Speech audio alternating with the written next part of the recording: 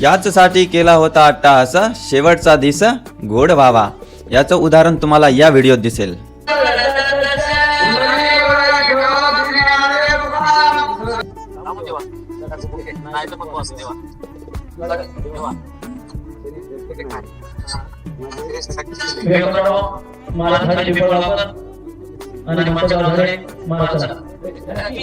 बघितला ना व्हिडिओ? तर हा व्हिडिओ आहे परभणी जिल्ह्यामधला. हे बाबा जे आहेत ना, शेवटी गजर करतात, पुंडलिक वरदा हरी विठ्ठल असा गजर करून, आणि ते नेमके स्टेजच्या खाली उतरायला येतात आणि त्याच वेळी त्यांना मृत्यू आज्ञा होते. तर बघा, असं मरण आलं पाहिजे. तुम्हाला पण पाहिजे का असं मरण? कमेंट बॉक्समध्ये नक्की सांगा. किती मधुर शरीर सुटलेलं आहे बघा. मी शरीर सुटलं म्हटलं. आजही समाजातले काही नास्तिकवादी आहेत, यांना शरीर आणि आत्म्यातला फरक जाणून घ्यायची इच्छाच होत नाही. त्यांचं मत आहे, आम्हाला खाऊन पिऊन मजा करू द्या हो, 4 दिवस खायचं आहे, कोण पाहिला पुढचा जन्म आहे का नाही.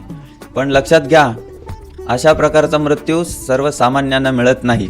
त्यांनी जीवनभर जी सुकृती जमा केली, ज्या सुकृतीच्या बळावर त्यांनी हे उदाहरण प्रस्थापित केलेलं आहे ना. नाहीतर तुम्हाला माहीत आहे, 7-7, 8-8 दिवस, महिना वर्षभर काही लोक खाटेला खिळून राहतात.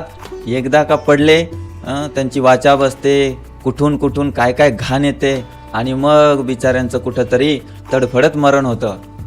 पण असं मरण असलं पाहिजे, हे का नाही? एकाच झटक्यात मुखी नाम देवाचं नाव घेता घेता, संतांचा गजर करता करताच त्यांनी शरीर सोडलं.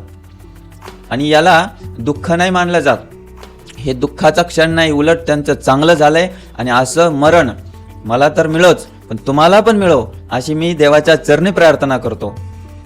कुठेतरी सडत घाणवास घेत आणि दुसऱ्याला त्रास देत मरण्यापेक्षा माळकरी बना, हरिनाम जप करा, आणि सुंदर असं एखाद्या कीर्तनात, भजनामध्ये शरीर सोडा, है ना.